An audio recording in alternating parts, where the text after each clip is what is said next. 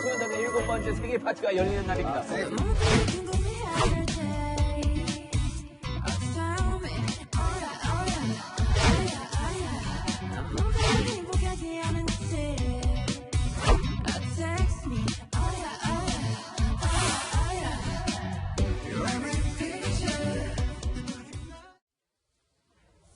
네, 하재근 사회문화평론가 나오셨습니다. 어서 오세요. 안녕하세요.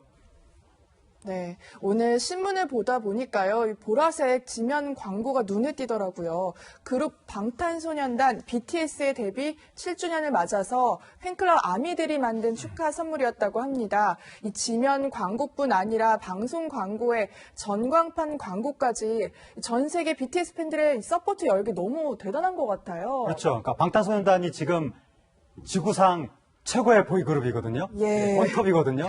그러니까 데뷔 7주년이라고 하니까 네. 기쁘다 행운의 방탄소년단. 7 아닙니까? 예, 그렇죠. 나셨네 해가지고 지금 네. 그 축하의 네. 물결이 나타나고 있고 국내 주요 신문 광고, 뭐 지상파 방송사 광고, 전광판 광고 이게 팬들이 다 한 거거든요.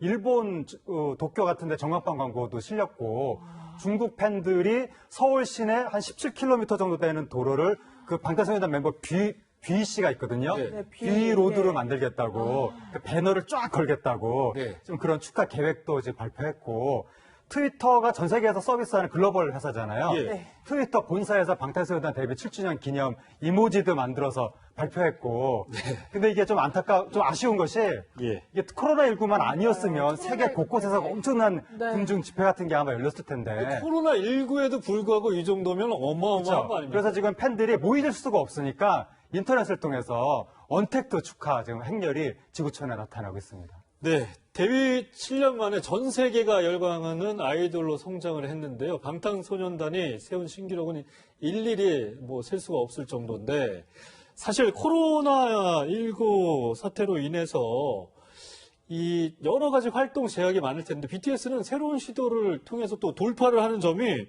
많은 분들한테 또 희망과 용기가 되는 것 같습니다. 지금 정기 콘서트를 못하게 됐잖아요. 원래 투어를 해야 되는데. 월드 투어. 예, 그래서 예. 월드 투어를 못하니까 네. 내일 오후 6시에 방방콘이라고 해서 집에서 방에서 하는 네. 콘서트다라고 해서 인터넷. 콘이군요. 그래서 예. 그래서 이제 그 언택트 인터넷을 통해서 관람을 하는 것인데 유료 공연입니다. 얼마예요 가격이? 예? 가격이 얼마인지는 제가 모르겠는데 네. 어쨌든 그 지금 공연 시장이 완전히 붕괴됐거든요. 그래서 인터넷을 통해서 또 다른 어떤 비즈니스 모델을 만들 수가 있지 않겠느냐. 그 부분이 좀 주목을 받고 있는 것이고 네. 정말 안타까운 게 네. 방탄소년단 월드 투어하면 세계 최고 투어 중에 하나거든요. 예. 재작년, 작년에 세계 4대 투어 중에 하나로 꼽히기도 했는데 예. 올해 정상적으로 투어했으면 더 아마 주목을 크게 받았을 것이고 네. 최소한 2천억 대 이상의 매출이 좀 사라진 것 같아서 그 부분이 아쉬운데 방방콘이라도 잘 되길 바랍니다. 네, 지금 저희 PD 담당 PD도 방탄소년단 팬인 것 같습니다. 회원은 내 콘서트를 온라인 콘서트를 보려면 회원은 29,000원이고요. 비회원은 39,000원 맞나요? 네, 39,000원 맞다고 합니다. 이렇게 해가지고 확실하게 이제 방에서 BTS 콘서트의 모습을 즐기실 수 있을 것 같습니다. BTS 팬이라면 2만 원, 3만 원이 아깝지 않을 것 같아요. 그래도 처음에 이렇게 7년 전에 데뷔를 했을 때 하재근 평론가님 보실 때 이 정도의 성공 예상하셨나요? 이걸 예상했으면 그건 예상이 아니라 그냥 예언이죠. 초능력이죠.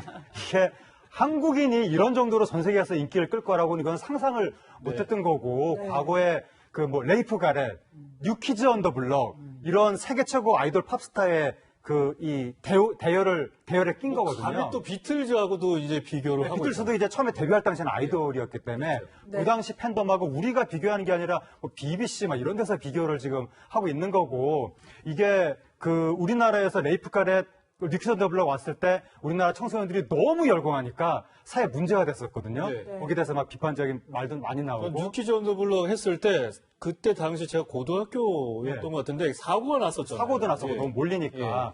그런데 그 현상을 한국인 그룹을 보겠다고 세계 곳곳에서 서양 사람들이 그 현상을 지금 만들고 있는 거예요. 근데 이 인기 비결에는 역시 이 유튜브라는 영상 매체가 있는 거 아닐까 싶기도 네. 하거든요. 지금 또 뭐 내일 콘서트도 있지만 네. 그것도 그렇게 보시는지. 유튜브가 굉장히 중요하게 역할을 했죠. 네. 유튜브가 아니었으면 우리나라에 이런 팀이 있다는 걸 외국인이 어떻게 알았겠습니까? 유튜브가 그 통로 역할을 해준 것이고. 근데 아무리 통로가 있어도 콘텐츠가 안 좋으면 이게 제대로 알려질 수가 네. 없었을 텐데 방탄소년단이 정말 압도적인 매력, 압도적인 실력, 압도적인 좋은 노래, 뮤직비디오 이런 걸로 무장을 했기 때문에 네. 유튜브 시대의 최고의 수혜자가 될 수 있었던 거죠. 하재근 평론가님 혹시 암이세요? 개인적으로 어디 뭐 팬클럽 활동을 하진 않습니다. 네, 알겠습니다. 꼭 아미처럼 이렇게 말씀을 하셔서. 네, 이호선 교수님도 뭐 한 말씀 해주셔야 될 것 같은데, 이게 뭐 BTS 어머니 팬들도 굉장히 많은 것 같아요. 아미, 실제로 아미에서도 이렇게 이 연세가 많으신 네네. 분들도 활동을 하시는 것 같아요. 연세라니요. 연세라니요. 제가 아미입니다. 네, 알겠습니다. 죄송합니다. 그러면 네. 흔히 이제 제가 자칭 아미 M이다 이렇게 얘기하는데요. 워낙에 BTS 곡들이 워낙에 좋기 때문에 젊은 층뿐만 아니라 이제 엄마들 모임도 어마어마하고요. 그리고 뭐 사실 뭐 다들 팬클럽 가입하신 분들은 아시겠지만 우리가 여러 그 아미 물품들 안 사보신 분들 아마 많지 않을 텐데 방방쇼 저도 내일 함께합니다. 네, 뭐 이미 티켓을 구입을 하셨나 보죠? 당연하죠. 네, 알겠습니다. 계속해서 연예가 소식을 좀 더 짚어보겠습니다. 이번 주 연예가 결혼 소식이 잇따랐습니다. 먼저 개성 있는 연기로 인기를 끌었던 배우 류승범 씨, 지금 프랑스 파리에서 지낸다고 하는데요.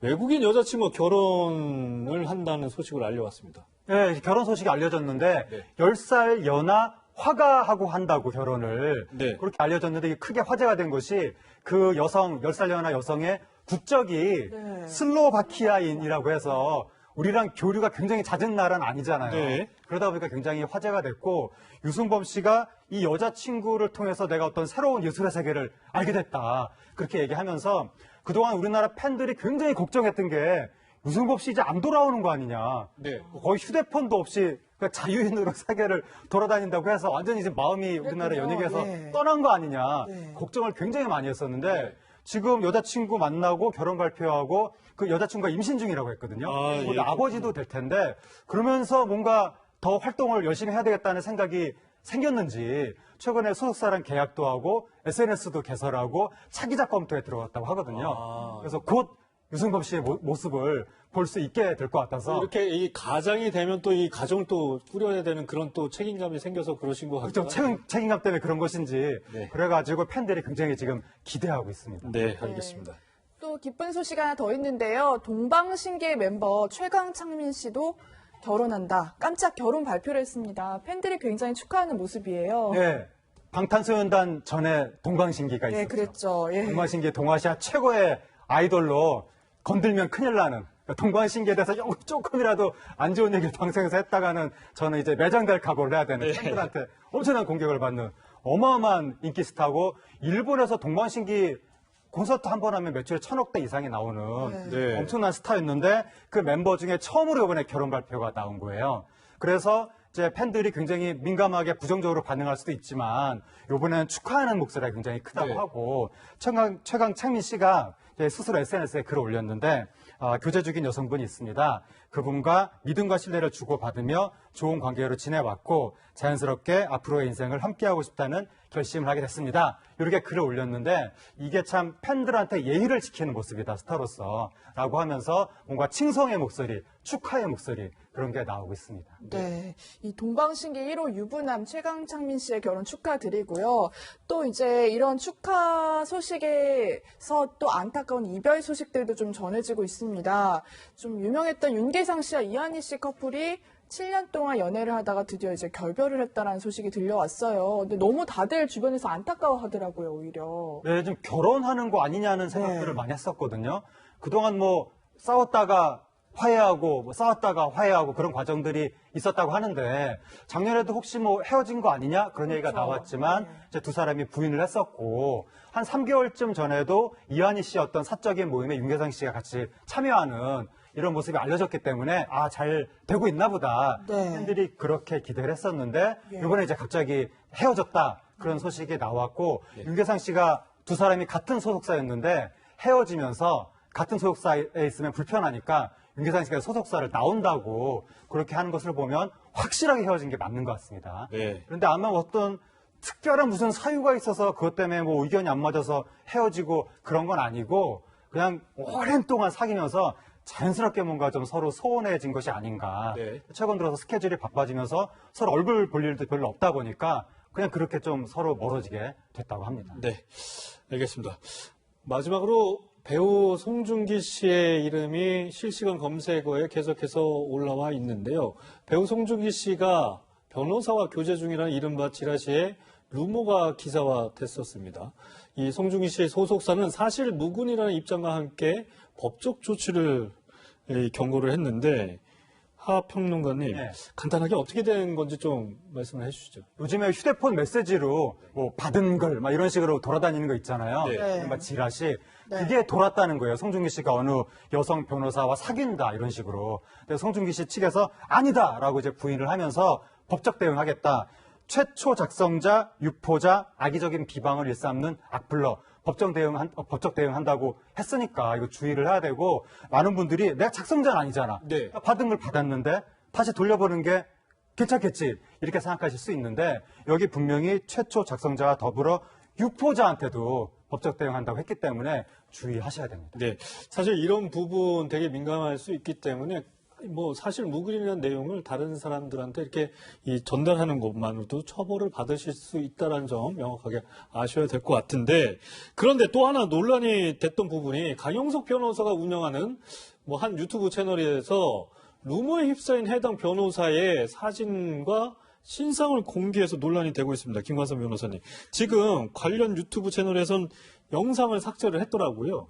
그런데 굉장히 그 내용을 보면요. 그 물론 사진뿐만 아니라 굉장히 그 본인의 어떤 그러니까 지금 송중기 씨와 뭐 열애 중에 있다고 지칭한 그 변호사의 신상 정보 그런 것들이 너무 구체적으로 나와 있어요. 이게 아니라고 했는데 왜 이런 걸 공개를 하였죠? 그러니까 더구나 이제 사생활 부분까지 전부 다 나와 있어서 설사 뭐 송중기 씨의 어떤 뭐 연애가 허위 사실이고 아니고를 떠나서 굉장히 이 여자 변호사에게는 굉장히 어떤 사적 침해 이런 부분들이 좀 자행이 되고 있지 않나 이제 그런 염려가 될 정도의 어떤 구체적이더라고요. 그래서 일단 송중기 회사 소속사에서도 이 부분에서 명백히 문제 제기를 했고 또 이 변호사 소속되어 있는 법무법이 굉장히 큰 법무법인이요. 대형 로펌이거든요.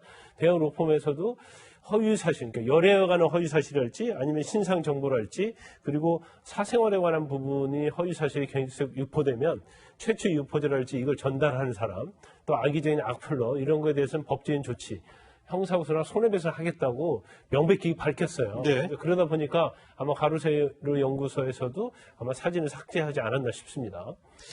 하재근 평론가님, 사실 뭐 연예계에 이런 루머들이 굉장히 많이 양산이 되잖아요. 그럴 때마다 이제 이 소속사나 해당 연예인이 적극적으로 대응을 하기도 하고 오히려 좀 이 대응을 적극적으로 하지 않아서 소문이 또 확산되는 경우가 있고요. 이런 경우에는 좀 이 팬들이나 시청자분들은 좀 어떻게 생각을 해야 될지, 어떻게 대응을 좀 하는 게 좋을까요?